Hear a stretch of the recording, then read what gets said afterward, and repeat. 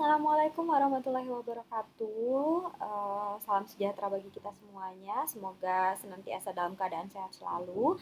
Nah, kali ini yang akan dijelaskan dalam pertemuan kali ini adalah terkait dengan bagaimana kegiatan memproduksi barang atau jasa. Nah, untuk kegiatan memproduksi barang atau jasa ini merupakan suatu pola dari sebuah manajemen operasi ataupun manajemen operasional. Nah, karena kan yang kita tahu dalam lingkungan bisnis ya yang ada terutama di negara kita saat ini itu bergerak dalam dua hal ya. Baik itu produksi sebuah barang maupun produksi sebuah jasa. Nah, jadi kalau produksinya itu pasti ada barang dan juga jasa. Nah, produksi kedua-duanya itu ya pengelolaannya yaitu dilakukan oleh sebuah manajemen operasi. Oke. Nah, manajemen operasi itu sebenarnya apa? Jadi manajemen operasi itu merupakan kalau di sini pengertiannya rangkaian kegiatan atau aktivitas yang menciptakan nilai produk baik berupa barang maupun jasa melalui proses transformasi input menjadi sebuah output. Nah, jadi kalau kita bicara masalah produksi, tentu kita bicaranya masalah barang barang jadi yang diproses, yang diproduksi melalui bahan mentah dan juga menjadi barang setengah jadi ataupun langsung menjadi barang jadi.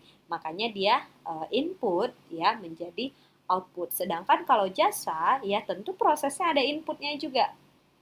Ya, inputnya apa dari mulai jasa itu dibentuk sampai jasa itu di delivery ya ke orang ya dan sampai jasa itu digunakan ya dirasakan ya dan juga orang mendapatkan manfaat ataupun sebuah value ataupun nilai ya dari sebuah jasa.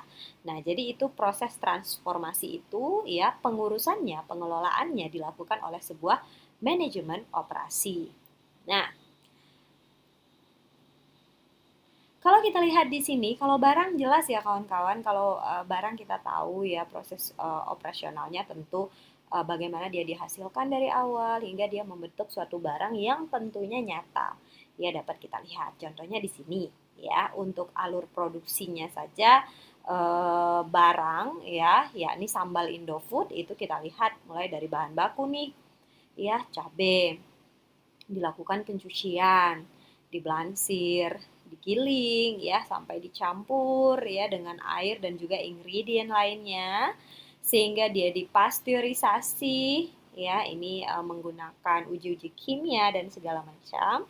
Selanjutnya lagi dilakukan pemisahan logam ya, penyimpanan di tangki, pengisian, pengemasan ya hingga dia menjadi satu packaging ya sambal Indofood yang sering kita lihat ya yang dijual ya oleh produk-produk Indofood ini.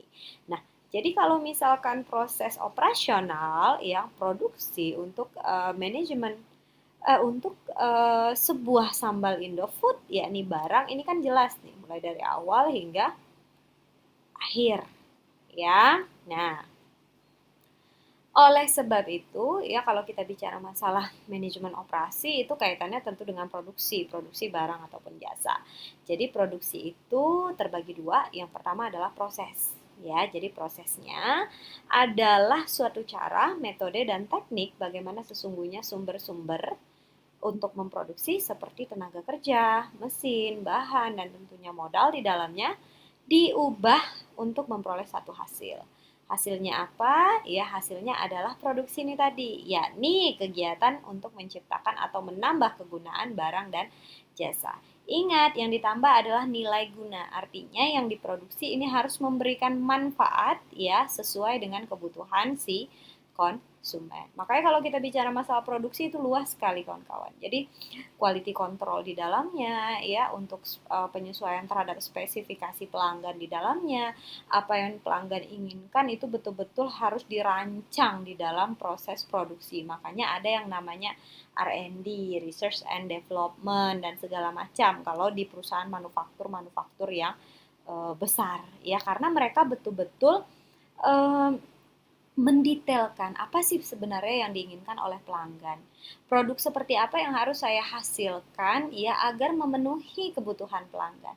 Agar fit ya, fit itu sesuai dengan harapan dari pelanggan sehingga nantinya akan mendatangkan kepuasan, akan mendatangkan loyalitas dan tentunya akan mendatangkan profit bagi perusahaan. Nah, jadi produksi memang sangat penting ya dalam perusahaan itu baik berupa perusahaan yang bergerak dalam bidang barang maupun jasa. Nah, jadi ini definisi ya untuk proses produksi adalah kegiatan untuk menciptakan suatu barang ya ataupun menambah kegunaannya dengan menggunakan faktor-faktor yang ada seperti tenaga kerja, mesin, bahan baku, dana agar lebih bermanfaat bagi kebutuhan manusia. Ini sama sih seperti yang tadi saya jelaskan ya. Nah, kalau kita bicara masalah produksi, ini kita kaitannya tentu ke produk life cycle. Ya, produk life cycle ini adalah daur hidup produk. Jadi kawan-kawan harus tahu bahwa suatu produk itu memiliki siklus kehidupan, sama seperti manusia. Ya, manusia siklus kehidupannya mulai dari uh, berkembangnya janin ya di dalam tubuh ibu gitu ya, dari segumpal darah menjadi janin ya hingga tumbuh besar dilahirkan dari baby ya dan masa toddler ya berkembang ya hingga menjadi kanak-kanak kanak-kanak remaja dewasa ya hingga nantinya mature ya sudah tua gitu ya lansia ya sehingga pilihan manusia di akhir ya tentunya kita akan sama-sama kembali ke yang maha pencipta. Nah, itu kalau daur hidup manusia. Nah, ternyata produk juga demikian. Ya, tetapi pilihan produk di akhir ada dua, nggak harus mati. Ya, pilihan di akhir ada dua. Di akhir uh, untuk pilihan dua tersebut ini tergantung dari perusahaan. Nah, makanya di sini kalau kita lihat untuk daur hidup produk sama seperti kita. Yang pertama tahapannya introduction. Nih baby nih, ketika masih baby ya ketika kita masih diperkenalkan ya untuk berjalan dan segala macam produk juga demikian. Kalau produk baru dia harus diperkenalkan dulu ya. Habis itu di tahap introduction ini biasanya perusahaan tuh untungnya tuh nggak banyak ya, untungnya masih sedikit ya karena masih banyak di sini produk-produk yang diperkenalkan dengan uji coba ya. Terus akan banyak juga modal ya yang dikeluarkan untuk perusahaan untuk pemasaran, promotion agar produknya dikenal ya karena tahap ini adalah tahap perkenalan. Nah, setelah tahap perkenalan ya untuk produk ini masuk ke tahap growth ya, ini pertumbuhan. Jadi orang sudah kenal ya saatnya produk ini untuk tumbuh. Ya. Nah, tumbuh, bersaing dan segala macamnya. Nah, jadi di sini mulai sudah ada profit ini pas lagi tumbuh ya lagi viral-viralnya kalau anak muda zaman sekarang. Nah, selanjutnya lagi produk akan membentuk satu kematangan. Jadi kalau kita udah membentuk satu kematangan, ini produknya sudah punya yang namanya identitas brand. Ya, kalau kita bicara masalah brand itu sangat banyak sekali ya, brand loyalty, brand awareness dan segala macam. Jadi kalau dulu kita masih memperkenalkan produk kita, memperkenalkan merek kita, pada saat dia matang merek kita sudah dikenal tanpa kita perkenalkan orang sudah kenal itu merek kita dan segala macam. Seperti ya kalau kita mau pilih pasta gigi pasti ngomongnya belinya Pepsodent. Saya mau beli Pepsodent. Nah, gitu. Kalau kita ngomong sepeda motor, ya sepeda motor kan banyak ada Yamaha, ada Honda, ada Suzuki dan segala macamnya.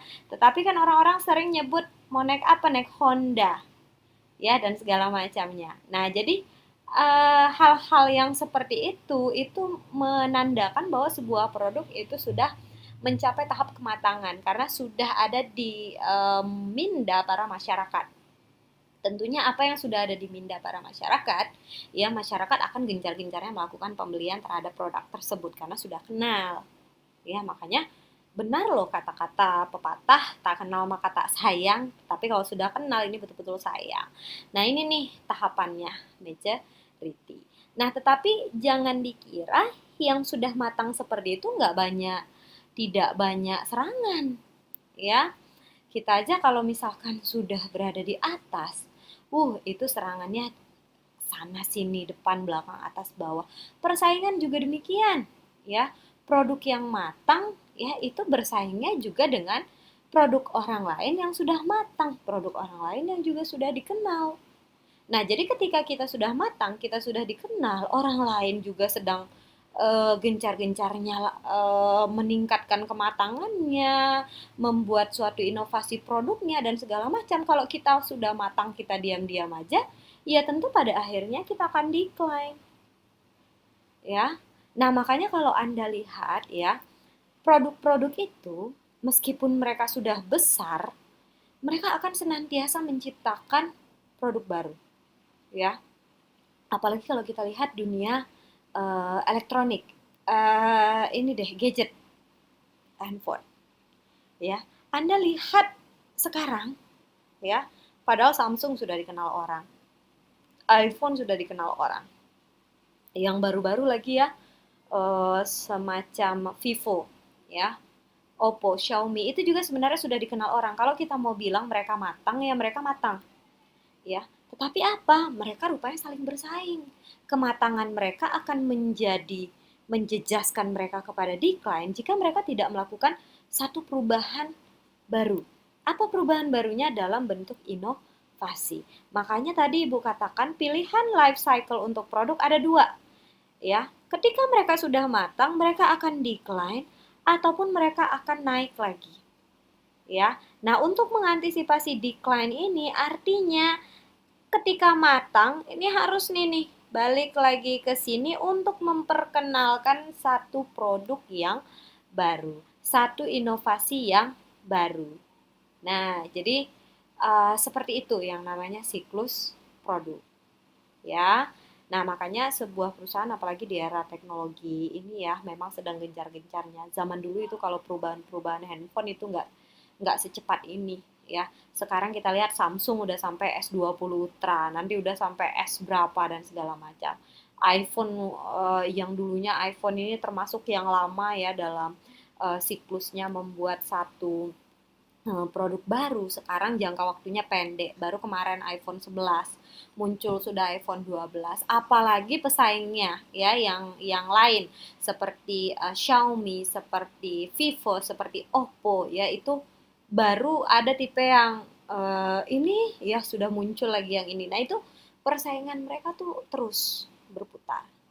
Ya, untuk apa? Ya untuk ini tadi, mereka mempertahankan eksistensinya di masyarakat. Jangan sampai kendor katanya. Ya, makanya produk juga demikian. Nah, inilah fungsinya sebuah inovasi dalam bisnis. Nah, inilah fungsinya orang operasional manajemen dalam bisnis. Mereka harus memikirkan ini, ya. Yang mikirin tuh bukan direksi, bukan level direksi. Yang mikirin tuh bukan level manajer keuangan. Yang mikirin bukan manajer sumber daya manusia.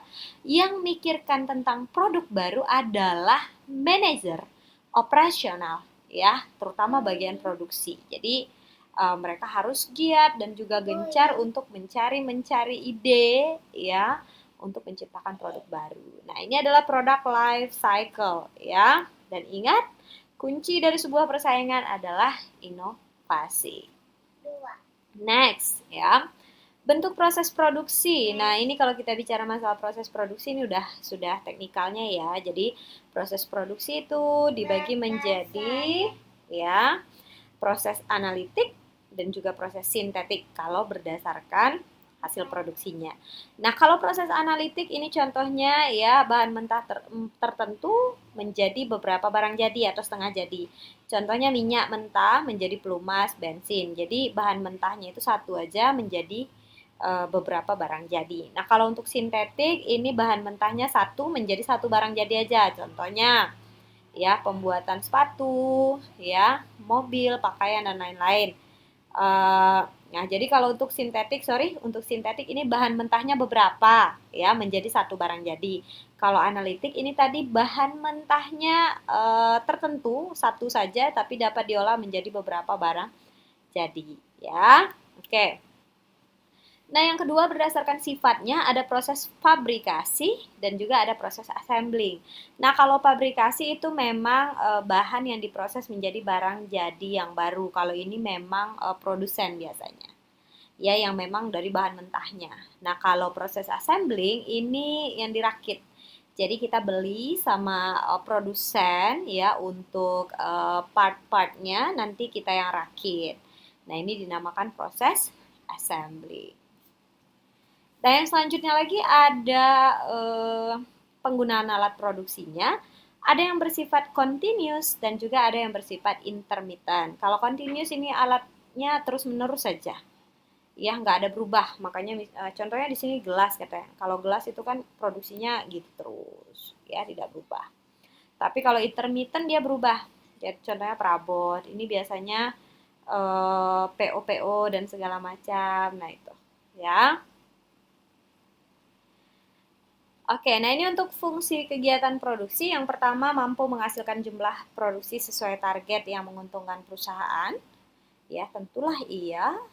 Ya, karena tujuan dari produksi adalah untuk mencapai jumlah produksi yang sesuai dengan kapasitasnya. Nah, yang kedua, hasil produksi barang dan jasa sesuai selera konsumen.